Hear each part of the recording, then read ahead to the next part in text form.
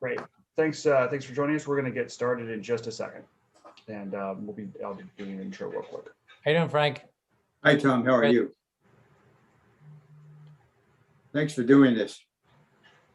I'm happy to try and help. Don't know how much I can add, but You got a good heart for it, though. I remember the prayer breakfast. You'll do well. try my best. Thank you for joining us this morning, gentlemen. Good morning from Washington, D.C. My name is Paul Kincaid. I'm Outreach Director for FMC, the Association of Former Members of Congress. I'd like to welcome all of you to this discussion today of Congress and human rights in Nigeria. This is an interactive discussion today, so if you have a question at any time, simply click the Q&A button at the bottom of your Zoom screen, fill out your name and your question, and if we choose you, our moderator will call on you to ask your question over audio only to our panel. Again, anytime during the call, just click the Q&A button at the bottom of your Zoom screen. The country of Nigeria sits on the United Nations Human Rights Council, and while changes have been made in the coastal African nation since adopting its constitution in 2012, the U.S. State Department still recognizes many important human rights issues in the nation. At the top of the list is a still strong Boko Haram terrorist group that has attacked government and civilian targets, resulting in thousands of deaths, the internal displacement of millions, and the creation of more than 300,000 external refugees. Meanwhile, both state and non-state actors commit extrajudicial killings, torture, and kidnapping. Freedom of expression, religion, and LGBT rights are heavily curtailed, and protests of these abuses are met with violent reprisals from government agencies. Today, we'll discuss what Congress and the United States can do about these abuses. We're joined by two experts on the subject from the U.S. House. Congressman Tom Suozzi of New York is a Democratic member of the Congressional Executive Commission on China. Congressman Chris Smith of New Jersey is the co-chair of the Tom Lantos Human Rights Commission. They're joined today by Dr. Richard Ikiebi, the director of the Center for Leadership and Journalism in Lagos. We hope to have a great discussion, and moderating it today will be former Congressman Frank Wolf, a Republican from Virginia, who served with Congressman Smith in the House. Congressman Wolf, thank you for joining us today. The floor is yours. Well, thank you very much. And I want to thank FMC and Pete Weidland and the entire staff for doing this. I also want to thank Congressman Smith and Congressman Suozzi for doing this. I am very grateful. Also, Dr. Ikebe for joining us from Nigeria. The recent April 2021 report by the U.S. Commission on International Religious Freedom cites the difficulties faced by people of faith in Nigeria and lists Nigeria as one of 14 countries of particular concern. It's what they call a country of particular concern designation. The report begins, quote, in 2020, religious freedom conditions in Nigeria deteriorated, with both state and non-state actors committing egregious violations of the right to freedom of religion or belief. Nigerian citizens face violence by militant Islamists and other non-state armed actors, as well as discrimination and arbitrary detentions and capital blasphemy sentences by state authorities. Nigeria is the largest country in Africa with about 219 million people. And by 2050, Nigeria will have a larger population than the United States. Genocide Watch has said that Boko Haram is committing genocide against children, especially girls it kidnaps to become sex slaves, and it forces boys to become child soldiers. It massacres police and others associated with the Nigerian government and commits war crimes against ordinary citizens. Genocide Watch also said that the Fulani militants in central Nigeria are committing crimes against humanity and genocidal massacres against Christians. The Islamic State of West Africa is also operating in Nigeria in the Lake Chad region. In April of 2014, Boko Haram garnered worldwide attention for kidnapping 276 Christian schoolgirls. The world responded with a hashtag Bring Back Our Girls Twitter campaign. But 7 years later, more than 100 of the girls are still missing.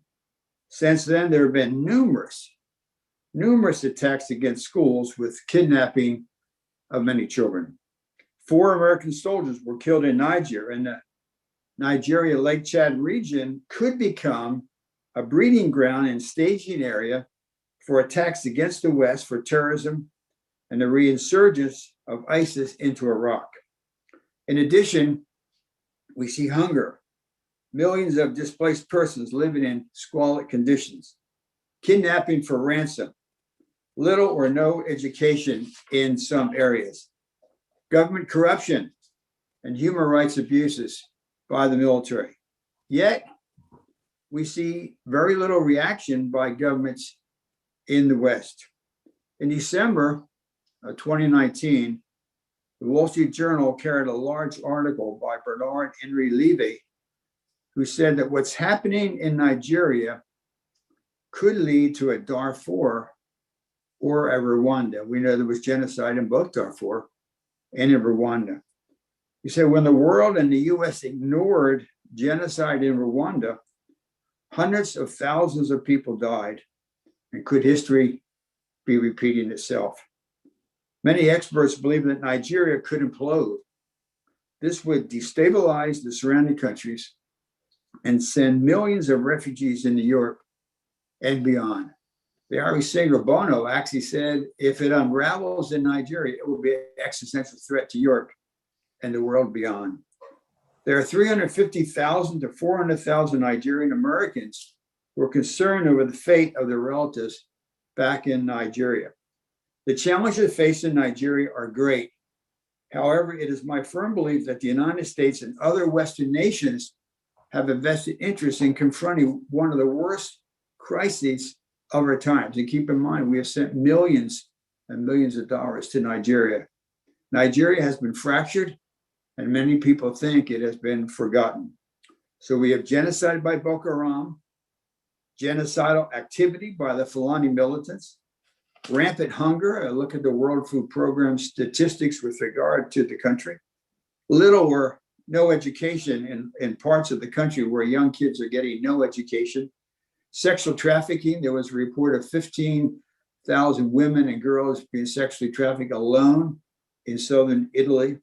Massive government corruption, human rights abuses by the military, mass migration out of Nigeria, and we see really very little action taken by the West, and we see very little coverage by the Western media, except for the Wall Street Journal and the New York Times. Just this morning, I read a report from World Magazine that says the following. It said Nigerians have left their country for the United States and Europe for decades. But in 2018, Pew Research Center took a poll in Nigeria to find out how many others might leave. 45% of the Nigerian population said they expected to, within the next 5 years, leave. They then interviewed a young woman named Emmanuel, and I'll just read briefly what she said. In 2019, nearly 13,000 Nigerians emigrated to Canada alone. And then she goes on to say the following. On top of the economic insecurity in Nigeria, she says she faced daily fears for her safety. She says Nigeria is really unsafe right now on several levels, especially in several communities where just your religion makes you a target. Here, it's not the first thing you think about when you meet someone. Nigeria is very, very unsafe. I know many times I used to be scared getting home after work. And every day it was just pray I get home safe. And I mean that in the most sincere way. And then it ends by saying, the report, that many of these same issues are pushing Nigeria's medical professionals to leave as well. The country only has 74,000 registered doctors for its 219,000 million people, and doctors and nurses are leaving. It's very serious.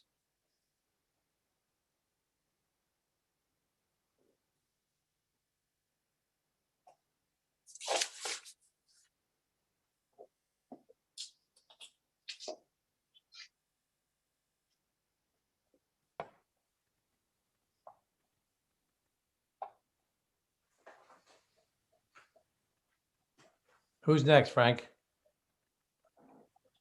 Well, I'm going to ask a series of questions. First, I'll ask Dr. Ibeki, because he lives in Nigeria, from his perspective, what factors have gotten us to the crisis in Nigeria that we face today?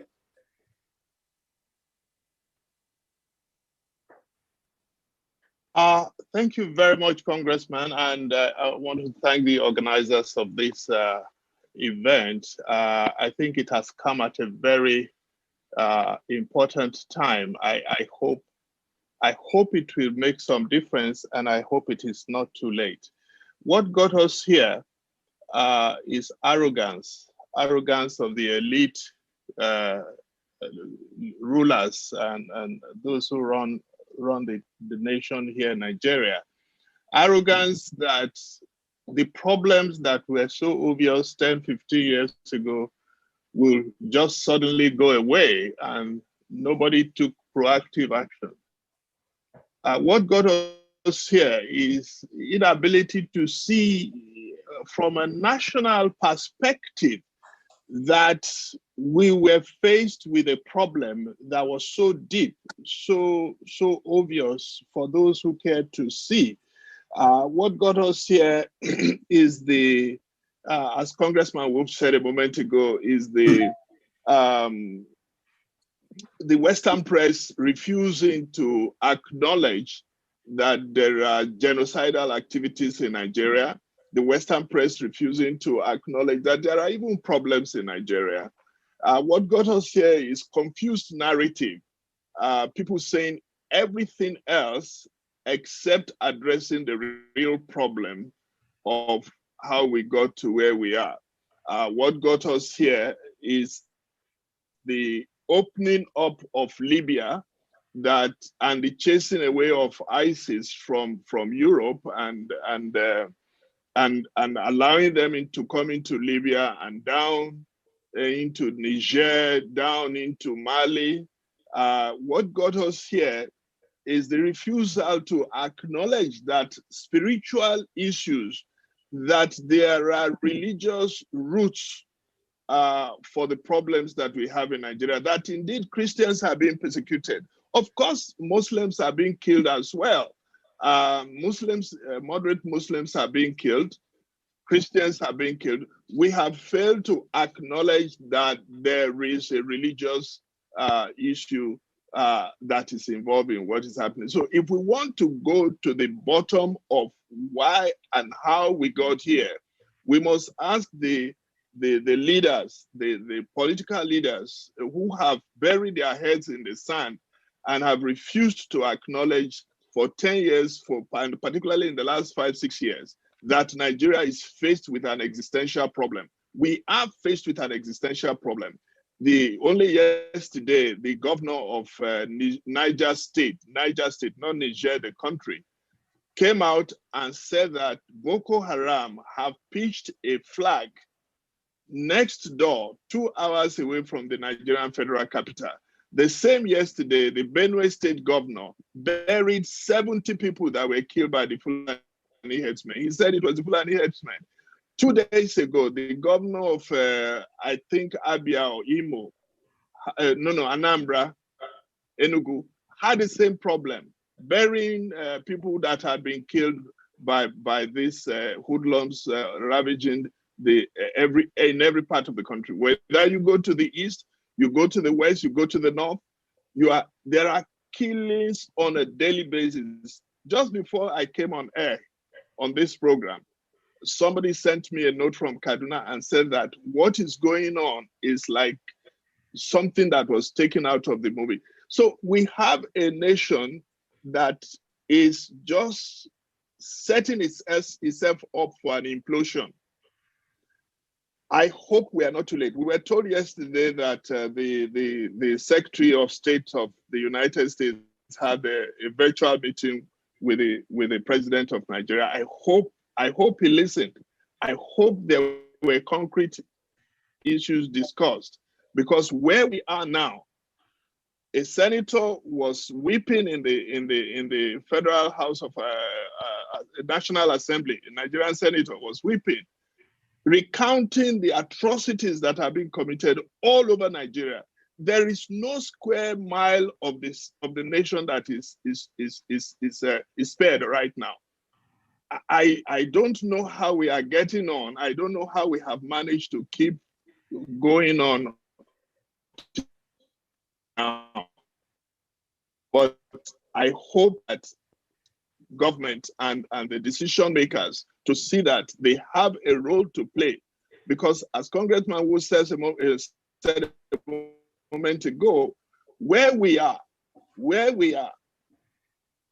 it's a skyfall problem, by which I mean it's going to be everybody's problem. It's not going to be a Nigerian problem when it starts. It's going to be a West African problem. It's going to be an African problem. It's going to be a European problem, and it's going to be beyond that.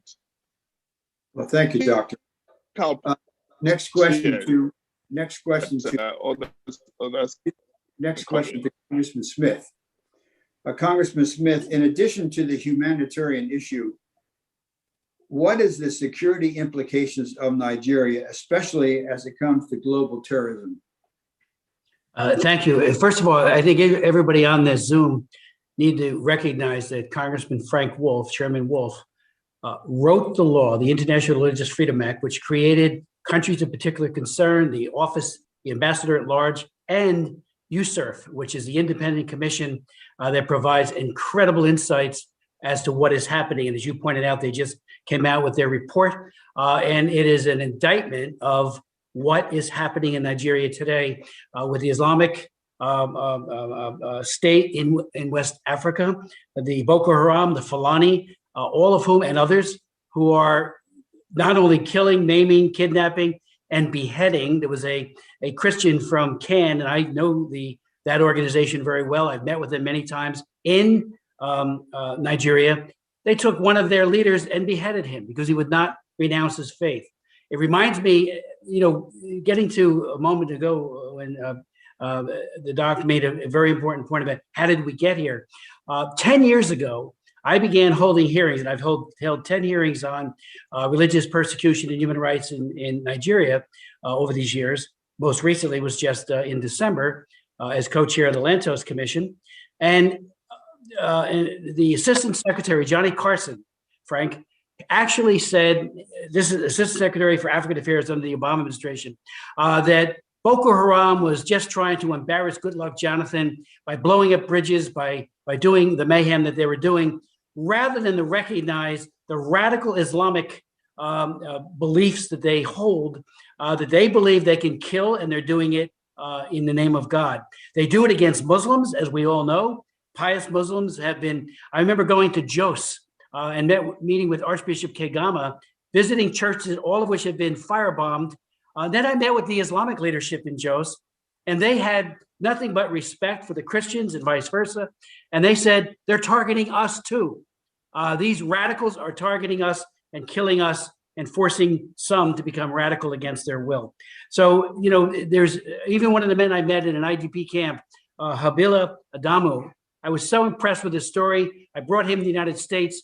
He gave testimony, and he said, Boko Haram broke into my home, dragged me out, put an AK-47 to my head and said, you convert or we blow your brains out. Well, he said, I'm ready to meet my God. They pulled the trigger, disfigured his face very significantly, but he survived. And when he came and testified, he said, you've got to realize this is not about economics. This is all about radical jihadist beliefs. So the impact, not just for Nigeria, which is the most populous state or country in, it's often been said, as goes Nigeria, so goes the rest of Africa. This gives aid and comfort to the other jihadists throughout Africa. And of course, they're expanding. And the Fulani cut not just in Nigeria, but they're found in many other places. And this foolishness of suggesting that this is a fight between herdsmen and farmers. No, this is a fight of radical jihadism. And finally, just let me say, Buhari has not performed well. Finally, Nigeria was designated a CPC country, again, pursuant to your historic law, as you know, Chairman Wolf. And I'm not sure the Secretary of State brought that up in his call. There was nothing in the readout of that call with Buhari. So I'm very concerned that they will not look to renew it. And I think they need to be looking to use the sanctions embedded in your law, Frank, 12.5 very important sanctions to hold individuals to account. Because if we just turn the page and say it's getting better and put a false facade on it, shame on us when so many people are being killed and maimed.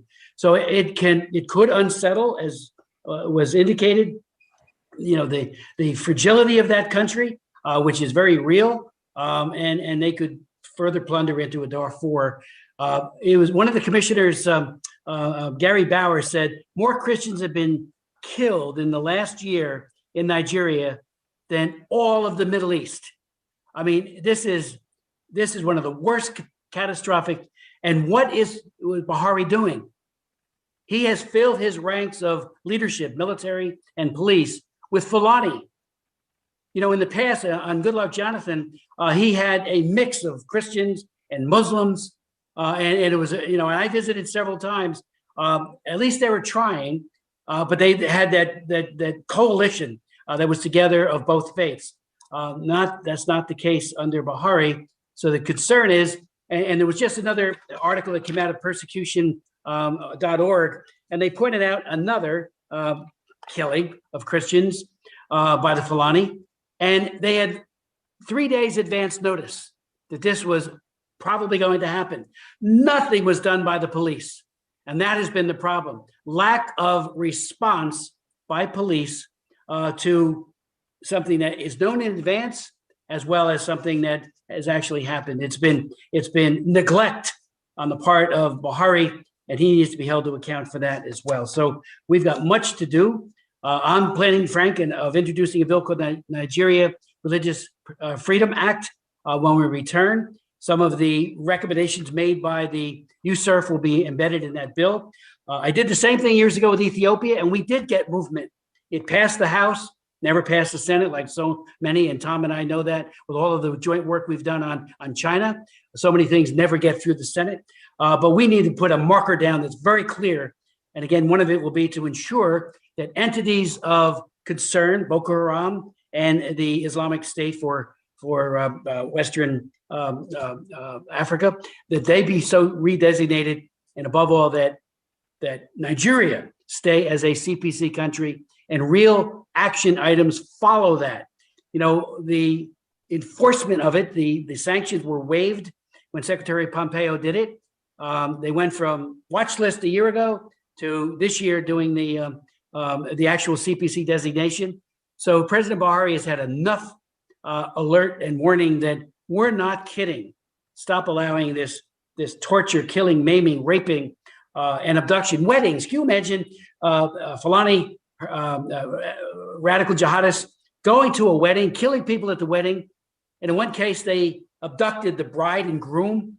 That sounds like the kind of thing Saddam Hussein's sons used to do at weddings. It's perverted, it's gross, and is a serious violation of human rights. Thank you, Frank. Thank you, Congressman Smith. Congressman Swazi, the Catholic bishops and Protestant bishops and the pastors in the country, particularly the Catholic bishops, the Catholic bishop of Kaduna, who's spoken out, they're crying out for help. They don't feel that the church in the West or any of the Western governments have been very supportive of them. Why do you think that the church in the West has not spoken out, and what do you think they can do? And the other question is, they've asked, why doesn't the Western media cover us? You remember, God bless her, Christiane Amanpour, whenever there was a crisis somewhere, she would go there, and now it seems that no one goes there. But do you have any thoughts or comments to the Catholic bishops who ask, why has the church in the West and the governments not come to their aid? Well, thanks so much, Frank, for inviting me to be here today. And I want to make it clear from the beginning that I'm not an expert the way Chris Smith and you are, Frank, or the way you are, Dr. Akiebe. Thank you so much for being here today, O'Shea.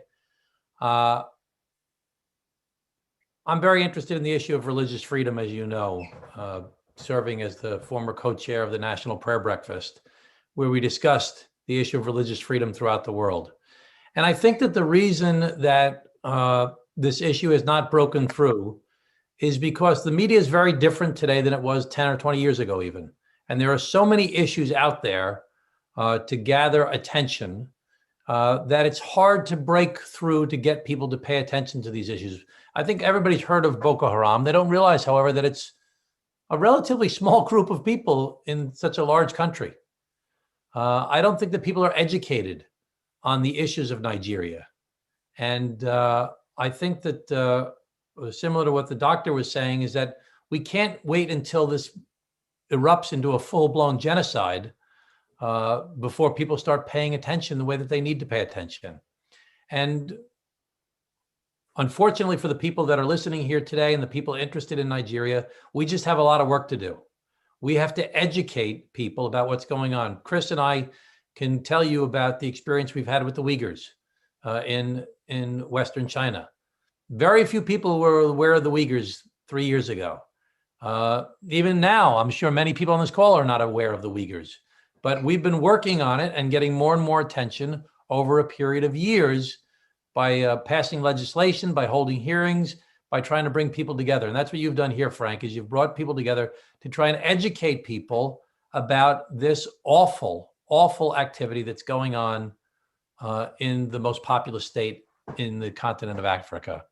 The United States of America took this very important role at the end of December of 2020 as the previous administration was leaving to declare this formally as a country of particular concern. That's a very positive development. However, the funding that was available from the United States, the foreign aid to Nigeria, was sent nonetheless for infrastructure. And we have to really work hard here in the United States and elsewhere to designate some of these funds to be used to actually expose what is happening. We can't rely upon self-interested parties coming from the country itself that we don't know what their agenda is. We need to have a full-blown exposition of what's actually transpiring on the ground in Nigeria and expose that to the public.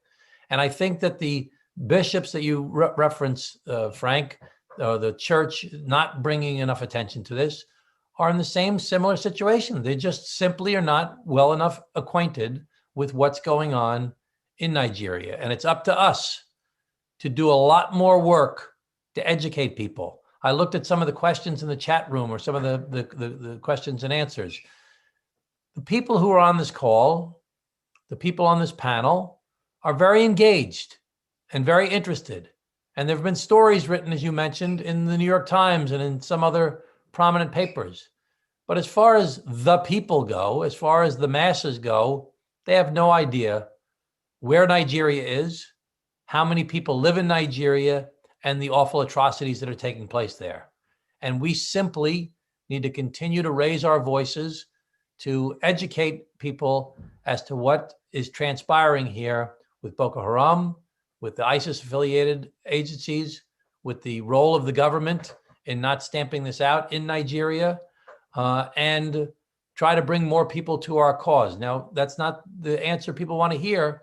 We just simply have a lot of work to do. The doctor said, I hope it's not too late. Well, as Dr. Martin Luther King said, it's never too late to do the right thing. So we simply have to educate people about what's going on. And what so many people on this call, I'm sure, are so frustrated because it's so apparent to them. They've been engaged in this for so many years, and they're so frustrated with the sense of helplessness as all this awful violence and abuse is taking place. We simply have more work to do. And I'm joining you here today at Frank's request because I'm going to join you in this fight to try and educate the US population, our government leaders, and others about the atrocities that are taking place and take action to hold those that are committing these atrocities accountable and to put systems and procedures in place that will try and make a change for the people of Nigeria. Thank you, Congressman. Following up on that, this question would go both to Congressman Smith and also you. It is always helpful for members of Congress to visit a crisis area to see in person what's happening. There's nothing like being on the ground to talk with the people, hear their stories. Do you think there should be a bipartisan delegation of both Republicans and Democrats, maybe House and Senate, to go to Nigeria, not just to Abuja or Lagos, but to go up to Jos and go through some of the areas and then come back and report to Congress and report to the administration of the findings? Congressman Smith? I would say absolutely yes. I think there should be more than one. You know, one of the things that you find when you're on the ground, and I remember meeting with the families of the Chibok schoolgirls who had been abducted, you not only learn what happened and is their fears and their agony, but you come back so motivated to do even more. You meet with all parties, as you do. You and I have done that many times, Frank, all over the world. And it does lead to legislation. It leads to policy, to admonishing the administration, either congratulating them on good work they're doing or to hold them to account. I'll give you one example. And my good friend Tom Swazi just mentioned, we need to get a better handle on what's actually happening.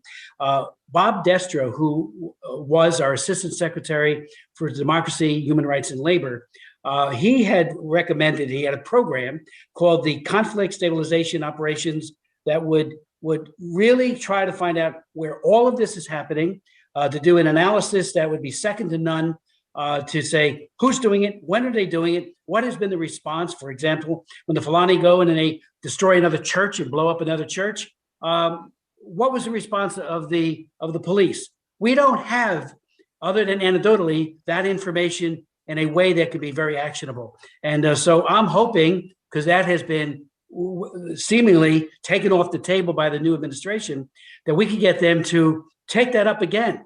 We want to know what is happening. Knowledge is power. As you and I know, having met with Sharansky so many times, Frank, having gone to Perm Camp 35 in the Ural Mountains, 1,000 miles outside of Moscow back in the 1980s. If you don't have the information, if you don't chronicle the human rights abuse and the violence and the atrocities, good luck trying to stop it. It also will lead, as we talked, Tom mentioned, and you, about the lack of media attention when you chronicle what's happening. Darfur took a long time to get on the map, and even there were people who were looking askance to those crimes against humanity. So, and that genocide.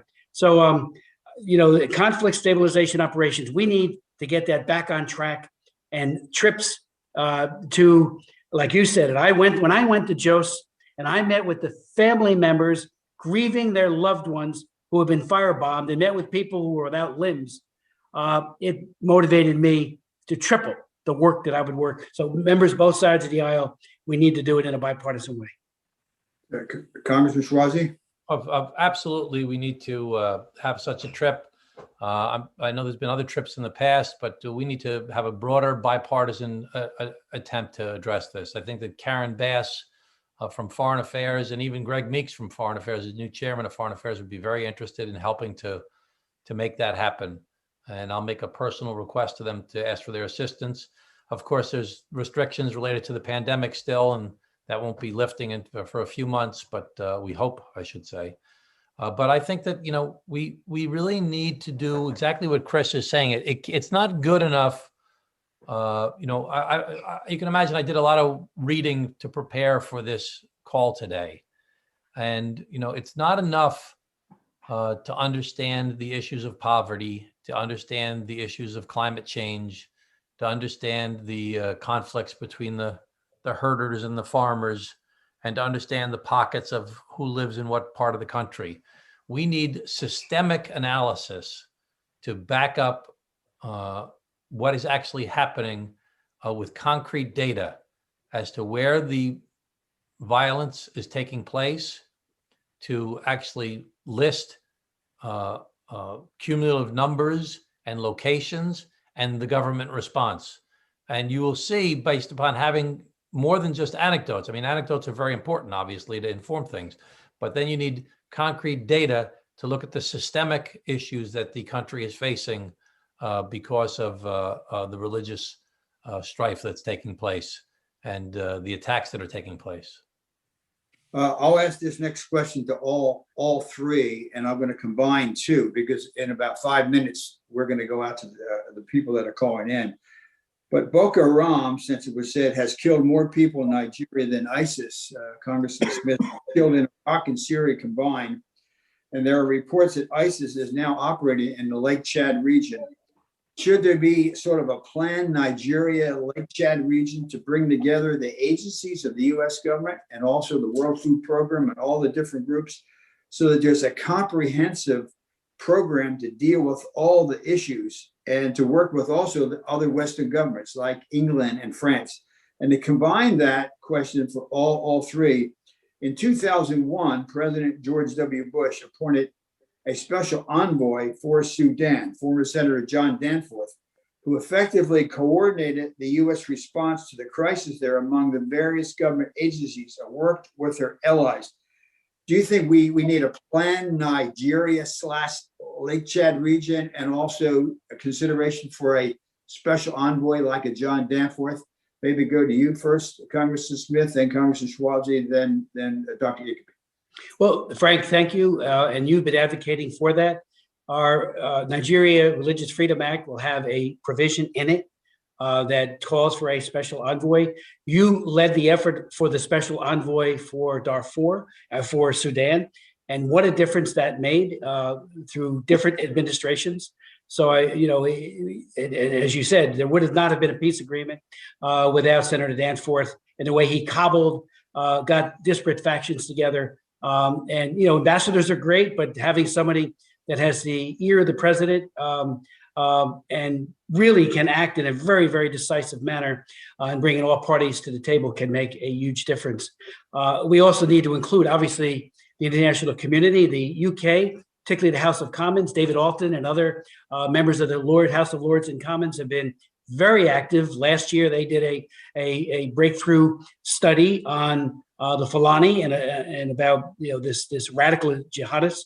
It was a report that is a must read for anyone concerned about this. So I know, will join us in those efforts. But the status quo is just totally unacceptable. There is, we know the neighboring countries are all deeply concerned because obviously the hate spewed out by radical jihadism affects their populations as well. And of course, there's always not just deaths and rapes, there's also huge numbers of refugees who do flee. And that creates more instability and more agony for people on the ground. So there needs to be, there needs to be an all-out effort. I saw that Buhari recommended that somehow, or not somehow, that AFRICOM relocate to the subcontinent, which I've been advocating for years. They're now in Germany. But the U.S. ought to train, and there was an attempt to do more training. And of course, we got to make sure that the Leahy principles are adhered to, the Leahy law, so that we don't train human rights abusers. But there needs to be training of police and of military. We know that we've sold them a number of aircraft. They got one so far. We got to make sure they're not used against Christians. It's an open question. Will that one aircraft, it's one of 12 by 2024. And now it's great to have that kind of capability, but let's make sure that they're being used for only good purposes.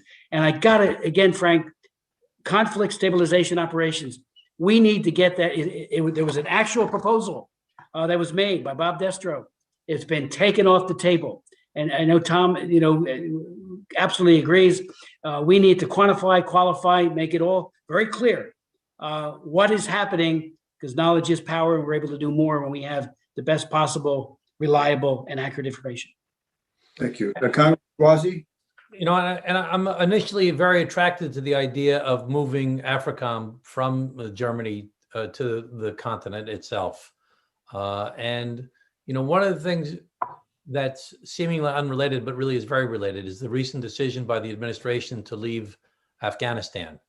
I've been defending keeping troops in Afghanistan for many, many years, but I was very persuaded recently by the fact that the reason we've spent as much time in Afghanistan is to stop new terror cells from growing there, and we had to be present to stop them from growing. But as we know, there are terror cells growing throughout Africa right now, and we have to figure out how to prevent ISIS from getting stronger throughout the world, but certainly in Africa as well. And Nigeria is a hotbed of where we need to have a presence to make sure that we are identifying what's going on. Again, I've seen so many decisions made in the heat of the moment, after the fact, that are not informed. We have to have a lot more data as to what's going on in Nigeria on a regular basis. And I know that a lot of people on this call, I'm sure, have that data. It's a matter of gathering it in a credible way that could be relied upon by different decision makers here within the United States of America. When we're sending $300 million in aid to the Nigerian government, there's no reason that we shouldn't be mandating that a portion of that money is used for the information gathering that we're talking about, so we can actually find out exactly what's happening. Not necessarily giving the money directly to the government either, but also to outside agencies that can use those funds to document as clearly as possible what's going on. Thank you, Congress. We're almost at the time for the panel. I know Dr. Ikebekes is a little bit of a communication problem if he's still on. Doctor, are you still on? You're on mute, Doctor. You're on mute. Yes, I am. Yeah. Yes, I have unmuted myself. Okay. Well, in wrapping up, because this will be the last before they go to the general panel. You're on the ground there, and you know these issues. What do you think will happen in Nigeria if nothing is done? And could the country actually implode? Yes, it can, and it will. I'm sorry to say that. I am not alarmist. Nigeria can implode. It will implode. What has gotten us to this position is the denial on the leadership, is the denial on the elite that too big to fail. Nigeria is not too big to fail. When you have governors crying, making open statements, pointing accusing fingers at the president that the security situation is bad, now they are roping people in traffic. Yes, Nigeria can, and it will, unfortunately. Much time in the years that have been involved in this, Congressman, you know that I have joined you to many meetings to push for an envoy for Nigeria. We produced this book. This is a 310-page book on the silent killings in Nigeria. It is real. It is real. There is an urgency for the United States, the British government, the French government, the German government to do something quickly as possible. And I think the best way, including doing the visits by Congress people, is for the President of the United States to appoint an envoy as a matter of urgency. What Nigeria is faced with now is existential. It is existential. And if Nigeria implodes, right now, Chad just lost their president. Niger just suffered a coup. Benin is unstable. Cote d'Ivoire is unstable. Mali is unstable. Cameroon, the man there is weak. ISIS and ISWAP, they have access to the whole of West and Central Africa. If it happens the way they have planned it, there will be no time for discussion. Please, I beg of you, those of you who are in Congress and in a position to take decisions, it is urgent. It is not something that can be done next.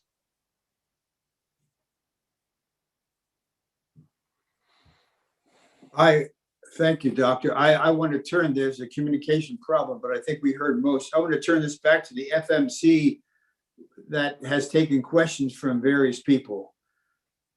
And let me suggest, Doctor, that if you come back on, that you should turn off your video and just use the audio.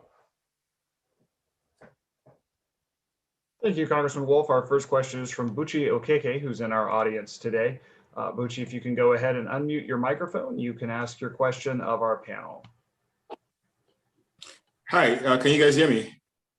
Yes. Well, thank you so very much, Congressman and people in the panel for having this session. I'm a very concerned citizen. I migrated to the United States 2015 because of the insecurity going on in modern day in Nigeria right now. And I'm from the Igbo speaking part of Nigeria. And I believe, Mr. Chris, you've been to Nigeria yourself, so you know the factions and all of that. And I want to just say this categorically, because I'm very in tune with what's happening. And I want to give you guys a light on, how to help make things faster for everyone on this panel, especially if we want to see a lasting change in Nigeria before we all leave this earth. The truth of the matter is, the way it is currently, Nigeria is fighting both a religious war and a tribal war. And the religious war is from the people who want to implode and put in the jihadi, faction and way of life, as well as a tribal war where we are seeing the Igbos and the Yorubas and the Hausas all saying that they want to separate from Nigeria. I feel like the first things to be on the agenda should be, how do we disintegrate Nigeria? How do we make Nigeria everyone goes back to their own particular space? Looking at the history of Nigeria, you would see that the founding fathers of modern day Nigeria never wanted Nigeria to work, and that was why they put Nigeria the way it is. And we have, we've spoken about how much people migrate to other parts of the world and develop other parts of the world. Most of the people who do this are the Igbo speaking tribe of Nigeria. They're the ones who are most concerned about development and progression. But there are some sect of people in Nigeria that are seeking to hold Nigeria down, and you've mentioned them. We all know them, and they're the Fulanis. They're the ones who are hell-bent on making sure that Nigeria becomes South Sudan or becomes Syria, and just ensure that the caliphate of militants, there will be a hybrid of militants that will be sent all the way from Nigeria to other parts of West Africa to cause even more havoc for Africans. So I would say this, and this is just my suggestion, it doesn't have to be followed, but I would say that right now, all hands should be on deck to see how we can disintegrate Nigeria. How can we ensure that people who are shouting or clamoring for Biafra, people who are clamoring for Oduduwa, people who are clamoring for whatever they are clamoring for, how can we ensure that they can go back and create their own nations in Nigeria and see how those people can develop collectively as a group or as a tribe? Because if not, if we continue to say that we want to go in and create a system whereby we help people in power, they've already infiltrated. We will only the Americans will only be giving the secrets to the enemies, and that's the fact. We would only be empowering the enemy for what they already have planned for the future.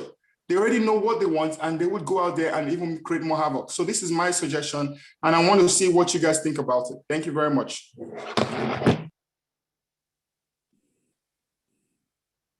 Moderator?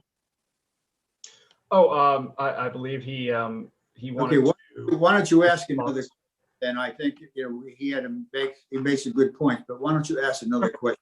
Our next question is from Ray Iminu, who's in our audience and has a question. Ray, if you can go ahead and unmute your microphone, you can ask our panel your question. And when folks do have questions, if you can get to them quickly, that way we can make sure that everybody has a chance to get to theirs. Mr. Iminu? You're on mute, Mr. Okay. Amino. I think we're having some problems with Mr. Iminu's microphone, so we'll go on to our next question, and that comes from Kenneth Okobene. Kenneth Okobene has a couple questions. Kenneth, if you'd like to pick one of them and go ahead and unmute your microphone, you can ask our panel your question. Sure. Can you guys hear me okay? Yes. I'm Ken, calling from Philadelphia. I've been in the US since about 19 years now. I came here as a student. I'm originally from Jos, which, as we all know, it's the hotbed for extremism. I have a two-part question. The first question, basically, what ways can Congress engage more with Nigerian civil society organizations? Because from experience, once you dialogue with the government, they usually cover a lot of human rights. So what steps are you guys taking to seek data information directly from the CSOs? I think a direct engagement. I have changed my internet source. Can I go ahead? Yes, sir, go ahead. Sure. So basically, in summary, how can the Congress engage more with CSO rather than engaging the government directly? Because we've seen the last 6 years, it's been a very nepotic government in there. So they've been, shielding or covering up a lot of human rights abuses. And secondly, the judiciary is very important and needs how can the Congress encourage a more independent and responsive judiciary within the ambits of Nigerian laws? Thank you. Buhari removed the Chief Justice and put in a Fulani. It's a politicization of all these institutions. Walter Onegan was the name of the Chief Justice. I know. Okay, and if our panel would like to go ahead and answer the questions as far as what Congress can do and also how to improve the judiciary in Nigeria. Well, just very briefly, Buhari changed replaced the Chief Justice with a Fulani, which is what he's been doing with everything, especially in the police and military side. There's, in terms of context, and I know Tom feels the same way, and Frank Wolf and I always did this. You meet with everyone, and the context has to be with civil society, the churches, the synagogues, and not in this case synagogues, but certainly in other countries, but with the Muslims, with the imams, because there are many imams who are absolutely appalled by what Boko Haram and the other radical Islamists are doing to them and to their co-religionists. So that sends a message as well. Me with individual lawmakers. I mean, I've been to Abuja and met with the speaker and foreign affairs people in both houses. Then they realize and get to see that, where the Congress is coming from, that our empathy. And I'll give an example again, where I learned something. For 3 years, I tried to get Boko Haram designated as a FTO, foreign terrorist organization. The Obama administration would not do it. So I held hearings. On the day I was going to mark up my bill to so designate it, they changed their policy and they said, we're designating them as an FTO. But what preceded all of that was meeting with members of the parliament, or the Congress, both sides, and they had a mistaken view as to what FTO actually meant. Somehow it was just branding Nigeria as a terrorist state rather than branding the individual group. I was kind of taken back by that false impression. And when they realized that we're looking to help them, because we want to track the flow of arms and money and everything else to these organizations with an FTO designation, they thought it was a good idea. But again, it was that contact with individual lawmakers and governors. We miss a great opportunity to know what's really going on when we just talk to the central government in Abuja and don't talk to the individual governors. And I've met with many individual governors over the years, including right here in this office. And you do get great insights as to what's going on that then are actionable. And to that original question about the dissolution, all of us are concerned that one, there will be more death and destruction and perhaps even a genocide. The crimes against humanity are already taking place in Nigeria. But, look at what happened in Yugoslavia, when it just all came apart and the great loss of life that occurred there, which got even, so it could get much worse. That's why the special envoy and the coordination with other countries as well. There needs to be more of a UN effort. Frankly, it's been, the ICC, International Criminal Court, has taken forever to bring indictments against individuals who have committed horrific crimes. We should even be thinking about a hybrid court, like what Dr. White did and others in Sierra Leone or in Rwanda or in the former Yugoslavia itself. These crimes, if they go unattended to, it breeds more impunity and more people die. But again, right now, law enforcement is not reacting. So we've got to get Buhari to change the policy of neglect. When somebody says, we have actionable information that this church might be attacked, or as it's even happening, so that people are protected by a rapid deployment of a police force, a federal force as it is. So there are two questions. One is what can Congress do? Well, we have, or the United States can do generally. You have either carrots or you have sticks. We can either provide money or we can provide sanctions. We can provide assistance for infrastructure, which is something we're doing right now, or we could use some of that money and designate it for particular purposes, or we can sanction individuals that try and affect their business interest. We could look at the trading relationships that they have with the United States of America. We could try and put sanctions in place to hold people accountable. We can try and bring the world community along with us, certainly the West, or through the United Nations, again, with either carrots or with sticks. And a gentleman suggested, why don't we dissolve the country? I have to be very candid with you. I don't have any clue whatsoever as to what the answer is. I'm the least educated person on this entire call as to what the right answer is for Nigeria. What needs to be done is there needs to be a consensus built by the people on this call, with groups interested in this, people involved with the United States Commission on International Religious Freedom, with our diplomats, the State Department, and with our military, quite frankly, to develop a consensus as to what the game plan is from Nigeria. Right now, there are so many competing concerns for the US's attention that Nigeria, while it is an issue of concern, it's a country of particular concern because of the awful atrocities that are taking place, there is not that much energy focused on it as it is, for example, let's say China, which is the new issue that has become such a tremendous focus in the country. So the good news is that Frank Wolf is passionately involved in this. Chris Smith is passionately involved in this. Many others are passionately involved in this. What I can do to be helpful is to try and get others interested in this, especially those people on the committees of jurisdictions. Mainly, I'd be most concerned about foreign affairs. Greg Smith is the chair. Greg Meeks is the chairman of foreign affairs. He's my neighbor in Congress as far as his district is right next to mine. I have a very good personal relationship with him. He's always been interested in the continent of Africa. So I will bring this to his attention personally and ask him what his plans are, which I'm not sure he knows much more about this than I do. I will also bring it to the attention of the subcommittee chairwoman, Karen Bass, who's very interested in this area as well. And I'm sure they know much more as well. So the key is to get more and more people interested in this. And then there are some friends that we can talk to on the Armed Services Committee as well to see what kind of interest there is in paying attention to the terrorism activity that's going on in the area, which there is plenty of attention now, but what can be done to increase that? Is there one last question, Paul?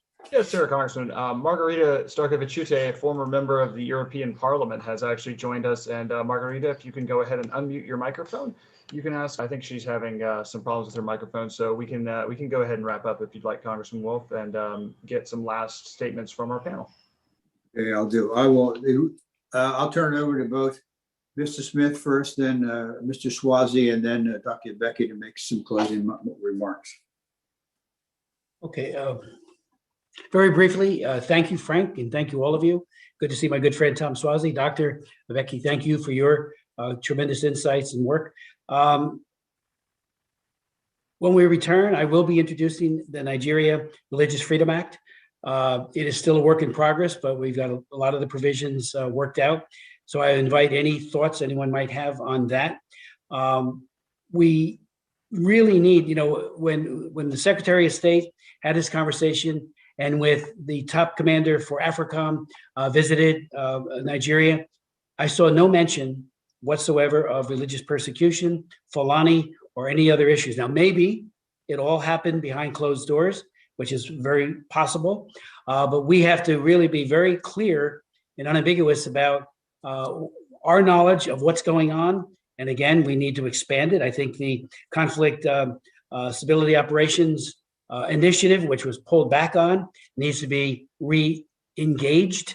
Deloitte was one of the ones that would have been a part of that. At least that's my understanding. So we bring in people who could really chronicle these human rights abuses quickly and accurately. But there needs to be an all-out effort. A special envoy is absolutely necessary. And as Frank pointed out so well, Chairman Wolf, it made all the difference in the world in the peace deal. It also made a huge difference, all the difference in the world, I would suggest, with the Northern Ireland situation, when we had a a special envoy who helped get people to find a peaceful solution. Dissolution of a country is a huge, potentially catastrophic step. We're hoping that we can get this terrible bloodletting and this radicalization, because what's happening as we talk is that more young people are getting radicalized every day. And then they join the ranks of those who kill, maim, rape, and abduct. So we're in a race for time. Nigeria is, the people, it's a country of faith. Every trip I've made there, my first trip was, one of the first trips was on behalf of human trafficking. And so many young women and girls, I spoke to a group in Lagos about trafficking there. And when I went and visited with the women in the shelters and those who were taking care of them, was just in awe of the love and the compassion and the faith-based view that they had towards their neighbor. So they're a wonderful people. And they don't deserve this. Nobody does. They don't deserve this radicalization and this bloodletting. So we need to triple our efforts. And again, status quo. I am concerned, and I say this, and Tom, you could help out on this as well, that the designation of CPC does not get downgraded, that they be put on a watch list again. And we need to be looking at the sanctions. We've got Magnitsky sanctions that we can level against individuals. And Frank, in his everlasting wisdom, put sanctions into his bill that were waived the first go around by Pompeo. A good faith effort here. You're on the list. Now make reforms. But those sanctions need to be looked at to impose on individuals and on the government itself. Thank you so very much. Congressman Suozzi. I want to thank you, Frank and Chris and Dr. Akiyebi. Thank you so much for the good work that you're doing. I just want to pledge my commitment to work with all of you to try and bring this to more people's attention and to bring the resources that are necessary to try and address these awful situations that are taking place every day to such a wonderful people of the people of Nigeria. Thank you. Dr. Becky. Yes, thank you very much, Congressman Wolf. I want to end by saying that the problem we have is structural. The problem we have is existential. It threatens the existence of the country if nothing is done. But I don't support the breakup of Nigeria. As an individual, my organization as well does not support the breakup of Nigeria. The problem of Nigeria can be solved if we bring everybody back on the table to talk together, if we respect religious freedom, if the government does what it ought to do, if we operate a federal system. The Nigerian government structurally is a federal government, but right now it is not operating as one. It should be forced to go back and operate not as a unitary government, but as a federal system where the states can take decisions on security issues that affect them. I am not for the breakup of Nigeria. My organization is not for the breakup of Nigeria. I think what we should do is to look for positive ways in which Nigerian problems can be solved.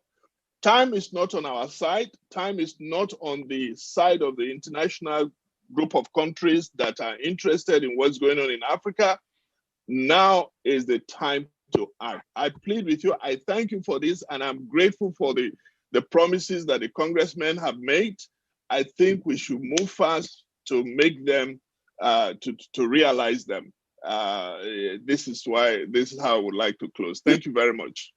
Thank you, Doctor. Well, I want to close by thanking Congressman Smith and Congressman Suozzi. I mean, they got a big heart, and frankly, they're two of the very best that you could have. So their activity may end up saving thousands and thousands of lives. I am grateful, and I know the people of Nigeria are. Secondly, I want to thank Dr. Becky too for taking this time and for all of your work, Doctor. I am very, very grateful. And I lastly want to thank FMC. It was very good for them to hold this panel, and I'm grateful for them, and I'm grateful for all the people that have watched. May good things, and God bless this effort to help the people of Nigeria. They're good people, and they need our help. Thank you all.